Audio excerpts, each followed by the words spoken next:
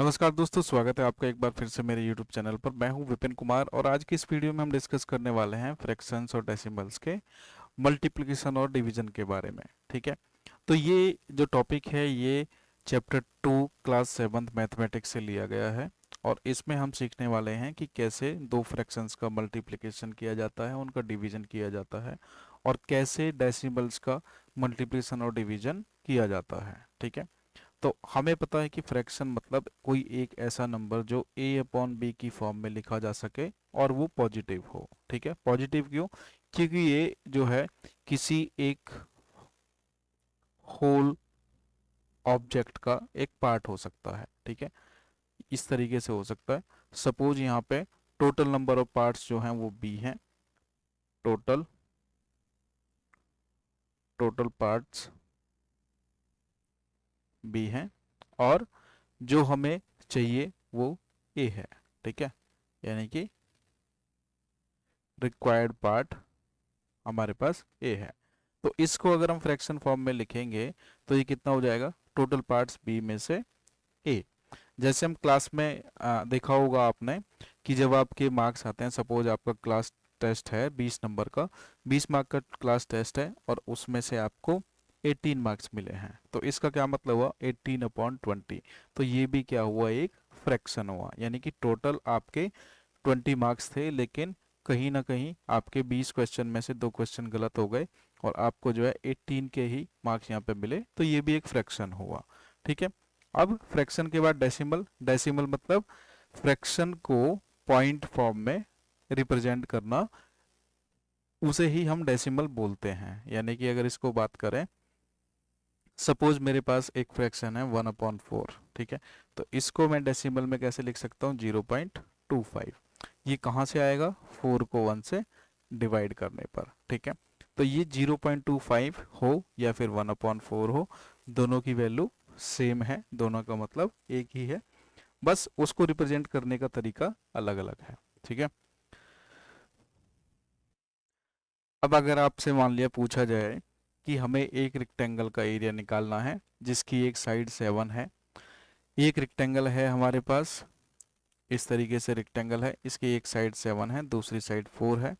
7 centimetre and 4 centimetre, तो इसका area कितना हो जाएगा? ये एरिया कितना हो जाएगा इसका? ये हो जाएगा 7 इंटू 4 सेंटीमीटर स्क्वायर। ठीक है, यानी कि 28 सेंटीमीटर स्क्वायर। तो ये आसान है, लेकिन मान लिया इसके बाद अगर आपसे पूछ लिया जाए क्लास में कि इस रेक्टेंगल की जो डायमेंशंस हैं वो अलग हैं, सपोज यहाँ पे 7.5 है और यहाँ पे सपोज 4.5 है, तो अब आप क्या करोगे?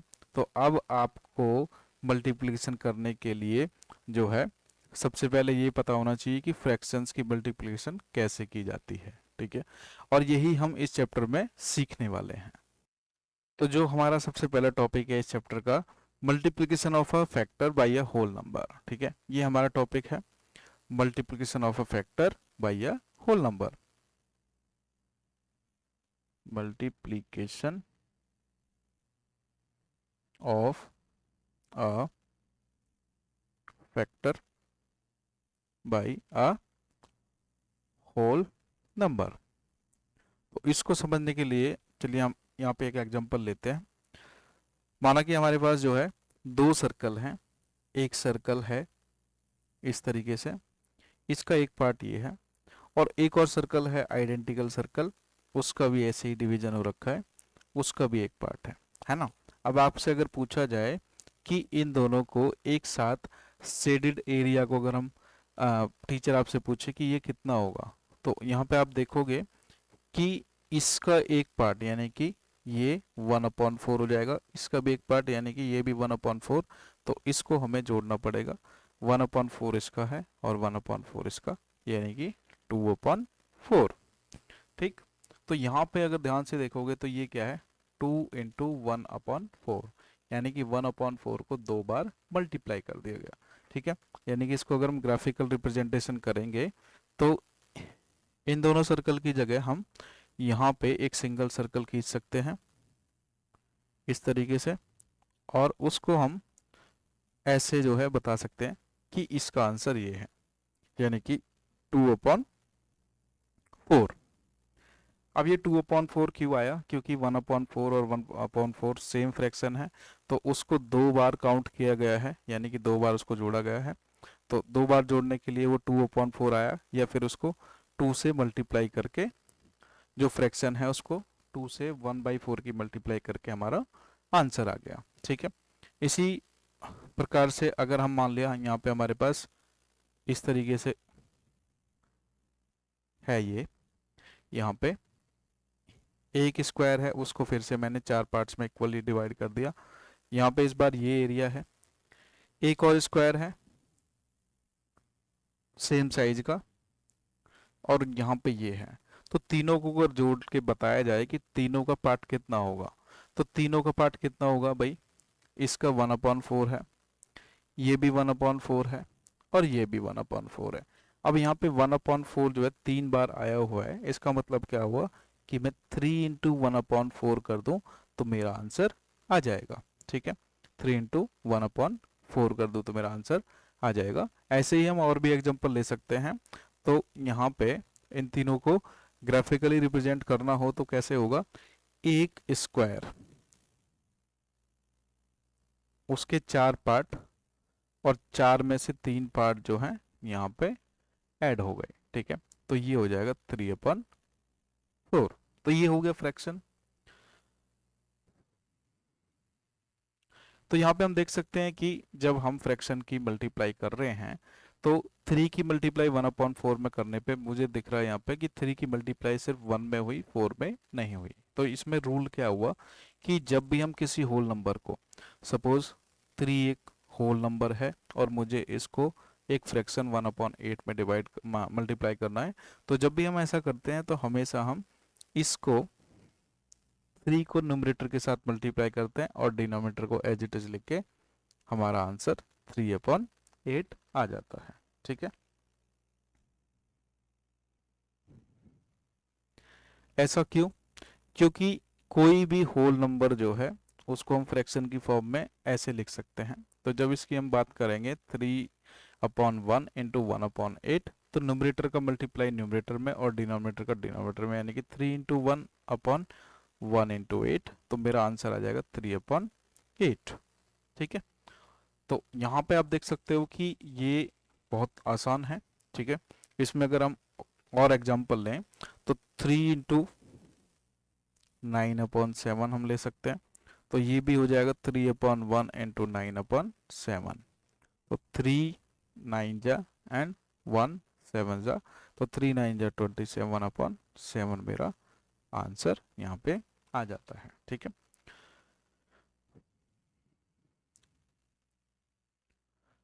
इसकी जगह अगर हम कोई मिक्स फ्रैक्शन लें, यानी कि सपोज 4 मल्टीप्लाइड विद 2 इंटू 3/7, इस तरीके से लें, तो तब क्या होगा, तो तब भी वही होगा। पहले इस मिक्स फ्रैक्शन को सिंपल फ्रैक्शन में हम कन्वर्ट करेंगे, तो 4 इंटू 7 2 जा 14 प्लस 3 17, 17/7, यानी कि 4 इंटू 17/7 हमारा आंसर आ जाएगा। ठीक है, यानी कि 68 sorry upon 7 is the answer. इसको फर्दर अगर हम करेंगे तो ये मिक्स फ्रैक्शन में कन्वर्ट हो जाएगा।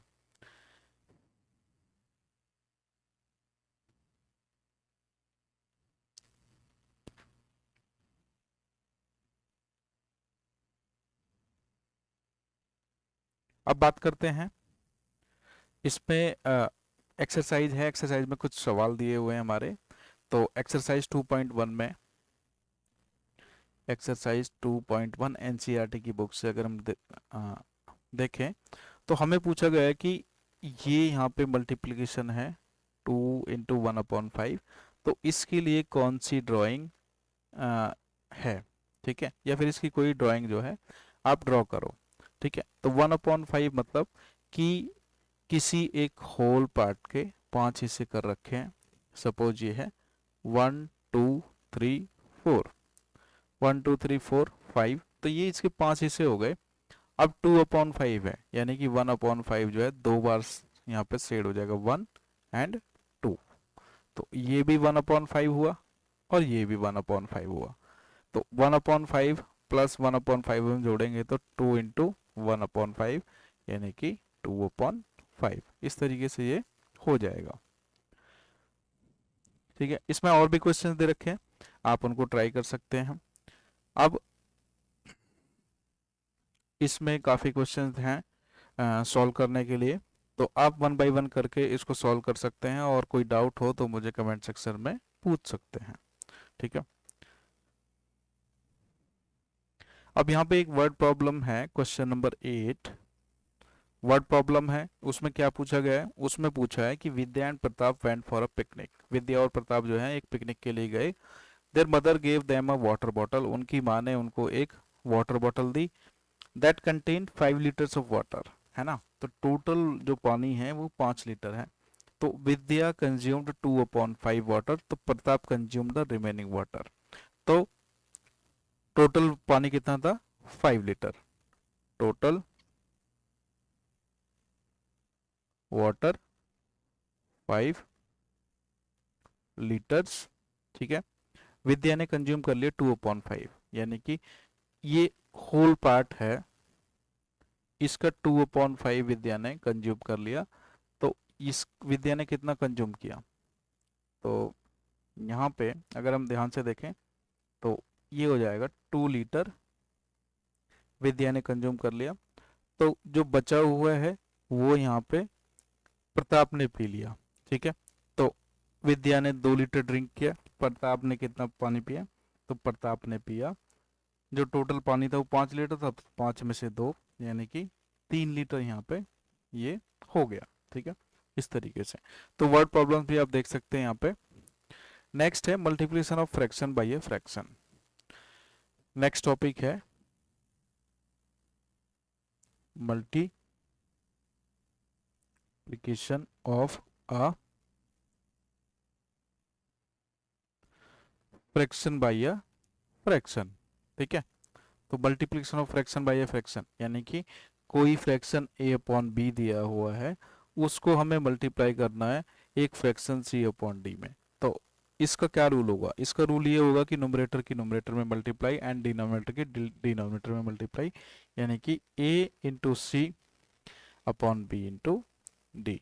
फॉर एग्जाम्पल 4/6 को मैंने 3/7 में मल्टीप्लाई किया, तो ये कितना हो जाएगा, 4 इंटू 3/6 इंटू 7।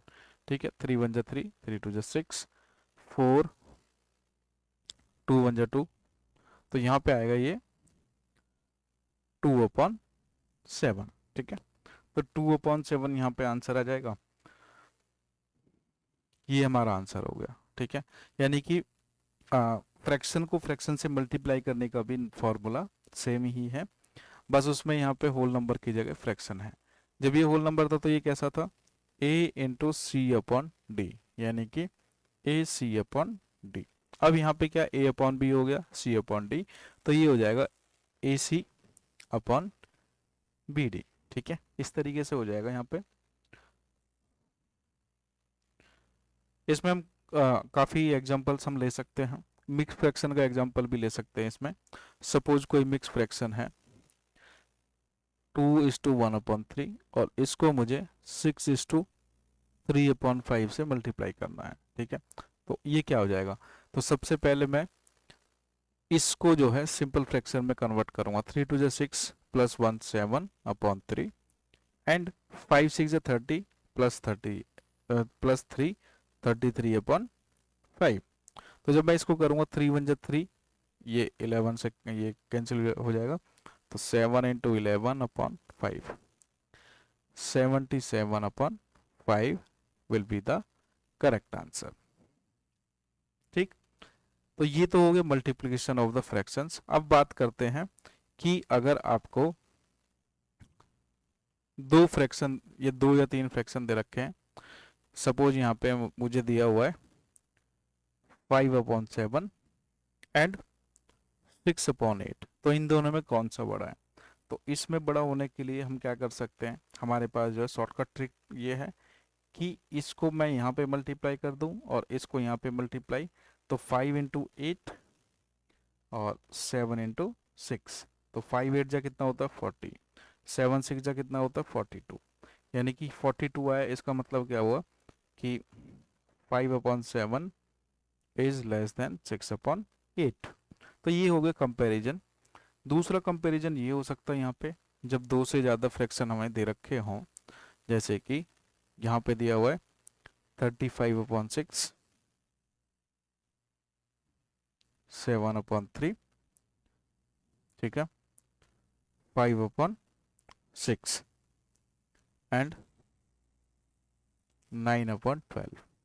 इस तरीके से अगर दे रखा है तो हम क्या करेंगे इस केस में? इस केस में हम ये कर सकते हैं कि ये जो डिनोमिनेटर है सबसे पहले इसको इक्वल करेंगे, सभी का डिनोमिनेटर सेम होना चाहिए। और डिनोमिनेटर सेम करने के लिए हम क्या कर सकते हैं, इन सब का एलसीएम ले सकते हैं। तो एलसीएम ले सकते हैं, तो इसका एलसीएम कितना आएगा 12। जैसे 35/6 है तो इसको 12 करने के लिए इस तरीके से मल्टीप्लाई करना पड़ेगा, 70/12।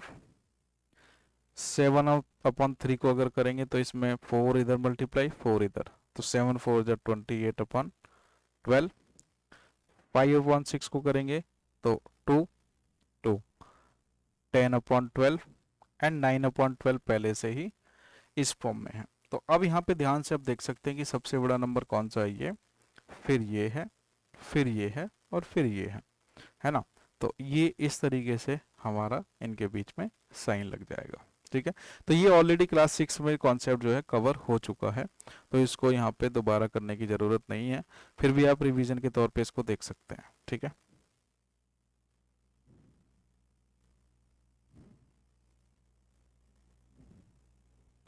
अब इसमें एक और चीज आती है, तो हर बार आपको जो है ये A/B × C/D की फॉर्म में नहीं मिलेगा। कई बार आपको ये ऐसे भी मिल सकता है A/B ऑफ C/D, और एग्जाम्पल 2/4 ऑफ 5/6, ठीक है। तो ऑफ का मतलब यहाँ पे मल्टीप्लिकेशन से है, ठीक है। तो 2/4 × 5/6, और 2 1 जा 2, 2 2 जा 4, ठीक है। तो ये हो जाएगा 5/12।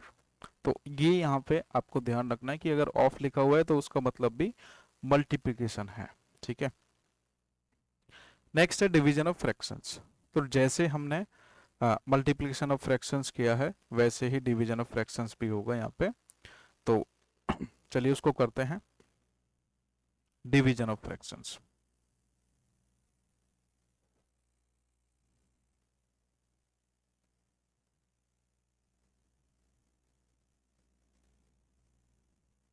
तो सपोज आपके पास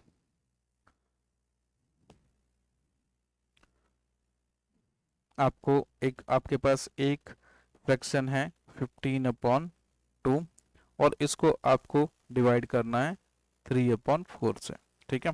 तो अगर आपको डिवीजन नहीं आता है तो आप इसको नहीं कर पाएंगे, इसलिए डिवीजन ऑफ फ्रैक्शन का नॉलेज हमें होना जरूरी है।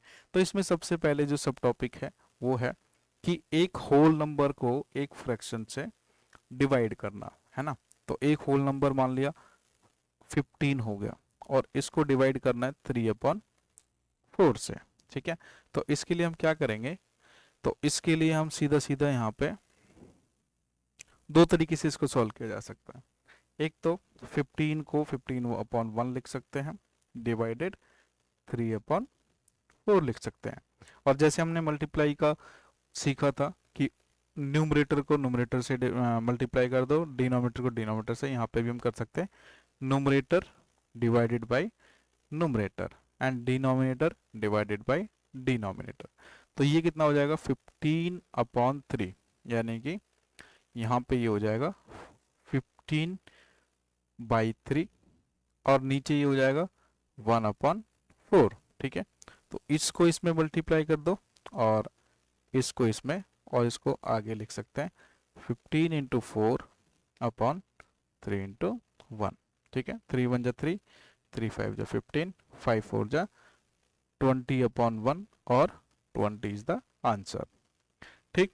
या फिर इसको सीधा सीधा यहीं पे कर सकते हैं कि ये जो साइन है इसको सीधा क्रॉस करो, मल्टीप्लाई में लिखो, और इसको रेसिप्रोकल में लिख लो, ठीक है। 3/4 का रेसिप्रोकल 4/3 होता है, तो ये हुआ 3 1 जा 3, 3 5 जा 15, 5 4 जा 20 हमारा आंसर। तो ये तरीका जो है शॉर्टकट है, आसानी से समझ में भी आ सकता है। ये वाला भी कोई डिफिकल्ट नहीं है, तो आपको जो सही लगे आप उससे कर सकते हैं। ठीक है, अब बात करते हैं अगला।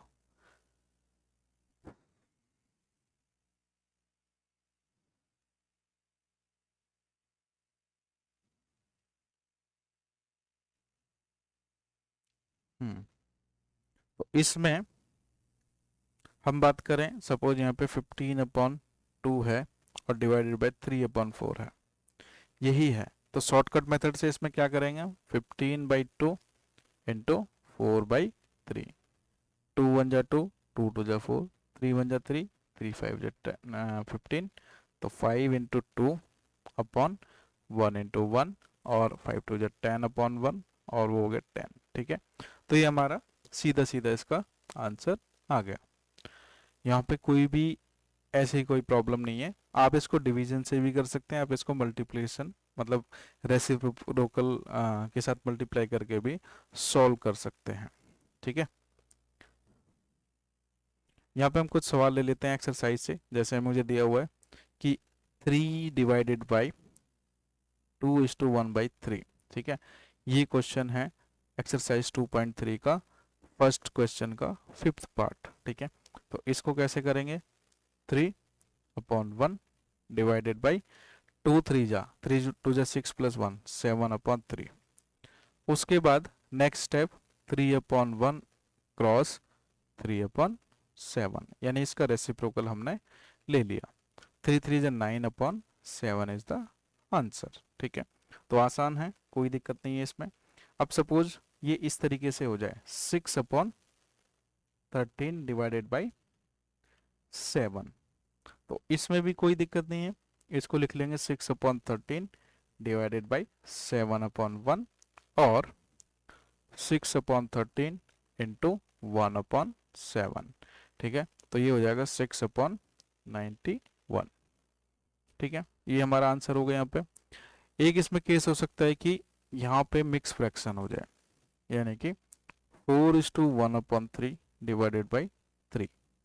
ये इस तरीके से हो जाए तो 3 4 जा 12 एंड 1 13, 13/3 डिवाइडेड बाई 3। 3 को 3/1 लिख सकते हैं, उसके बाद 13/3 इंटू 1/3, तो ये हो जाएगा 13/9। ये हमारा इस तरीके से इसका आंसर निकल के आ जाएगा। ठीक है, अब दोनों ही मिक्स फ्रैक्शन भी हो सकते हैं, दोनों ही मिक्स फ्रैक्शन हो सकते हैं। कैसे, 3:1/5 डिवाइडेड बाई 1:2/3। ठीक है, तो पहले इसको सिंपल फ्रैक्शन, 5 3 जा 15 + 1 16/5, और 3 1 जा 3 + 2 5/3। Next step 16/5 into 3/5। ठीक है, तो ये हो जाएगा 48/25। तो ये हमारा आंसर हो जाएगा। ठीक है, तो इस प्रकार से आप देख सकते हैं यहाँ पे कि डेसिमल का जो डिवीजन है वो भी सॉरी फ्रैक्शंस का जो डिवीजन है वो भी काफ़ी आसान है, उसमें भी कोई प्रॉब्लम आपको नहीं होनी चाहिए।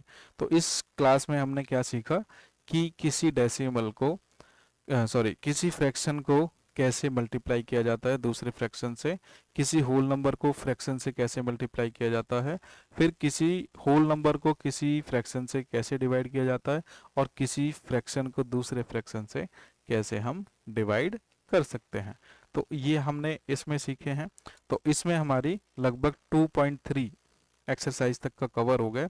अब जो नेक्स्ट वीडियो होगी, नेक्स्ट पार्ट जो होगा इसका, उसमें हम डेसिमल के मल्टीप्लिकेशन और डिवीजन के बारे में बात करेंगे।